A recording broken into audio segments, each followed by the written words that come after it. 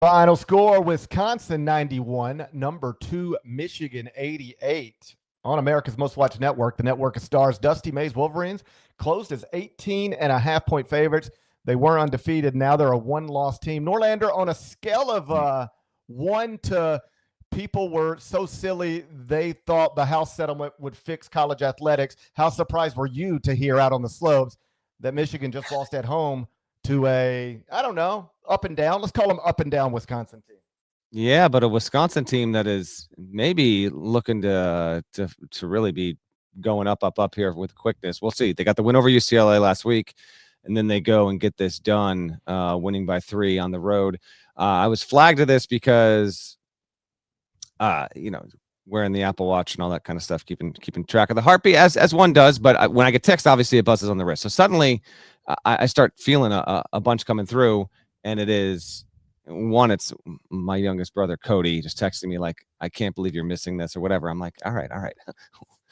let me get down this black and then I'll bring it up. And so I did bring it up and I had the volume on. And fortunately I took one that like the lift was going up. So it was like genuinely 8 minutes up the hill. And so I was listening, but trying to be respectful. And so I didn't have it too loud, but one of the people in the chair next to me goes, "Who's that?" And I go, "I think that's Robbie Hummel." I was like, "I'm watching. I gotta watch this game."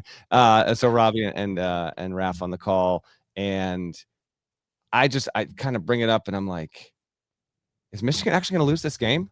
Are they going like they're gonna at home?" I remember when I did that when I sent in the audio pick. I was like, GP said this is 19 at home, and I know they just had a tough game. But I was buying on the idea that it was going to be a strong bounce back on the home floor. Again, Wisconsin, as you said, up and down. Fairly shocking outcome. I think significant enough for Wisconsin that it can truly alter the trajectory of its season to catapult this team into the NCAA tournament in March. We'll see if it gets there. This is more than a seed line bump. This is an in the field kind of bump. If you looked at what was lacking on Wisconsin's resume up to this point, that was major and majorly significant. Although I will say this, going into this matchup, Wisconsin was 0-3 versus ranked opponents this season and lost by an average of 25 points in those matchups. Michigan, as the number 2 team, period, outside the context of the season, 41-0 all time at home when it was a top 2 team against an unranked opponent, which Wisconsin was. So first time ever, Michigan has had a 1 or 2 next to its name, played in its home venue and lost to an unranked opponent. And a period 47-2 as a top 2 team at home at all. So this almost never happens. Greg Gard has made a habit of doing this. This is the kind of thing where this would have been very helpful information if I was aware of it before we made the picks. So Greg Gard now has 9 top 5 wins since he became the coach in December of 2015. That's the most for any school, let alone any coach. There's any school. Wisconsin's 9 top 5 wins since December of 2015 is the most of any Big Ten school. And Greg Gard has had 6 top 10 wins on the road, period. Majorly impressive. Wisconsin down early in this game, 31-17, 14-point deficit. John Blackwell, very, very good player. He gets the win, and I know this was obviously mentioned plenty on the broadcast, but Nick Boyd, former player for Dusty May, he goes and has himself a heck of a game, 22.6 assists, 0 turnovers. And I thought one of the key things, kind of going back through this game and seeing how it played out and reading some stuff on it, was Michigan was the number 1 2-point percentage defense going into the game. Just allowed people, or didn't allow people to hit shots inside the 3-point line at a better success rate than any school in the country. 38.7% was the mark. In this game, Wisconsin, 56% from 2. Thought that was a very, very big key. Congrats to Bucky on a big win. Michigan still narrowly number 1 at Ken Pom.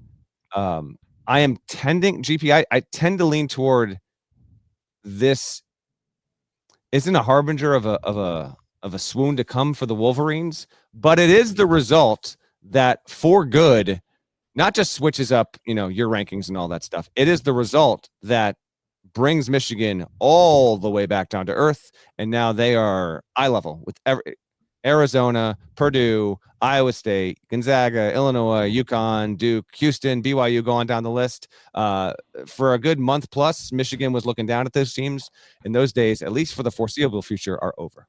Yeah, grand scheme of things, not the biggest deal in the world. They'll be fine. But, I mean, your resume does change pretty dramatically. You're 14-0 with all of the best computer numbers. Now you're 14-1 with a quadrant 2 loss. It's a quadrant 2 loss.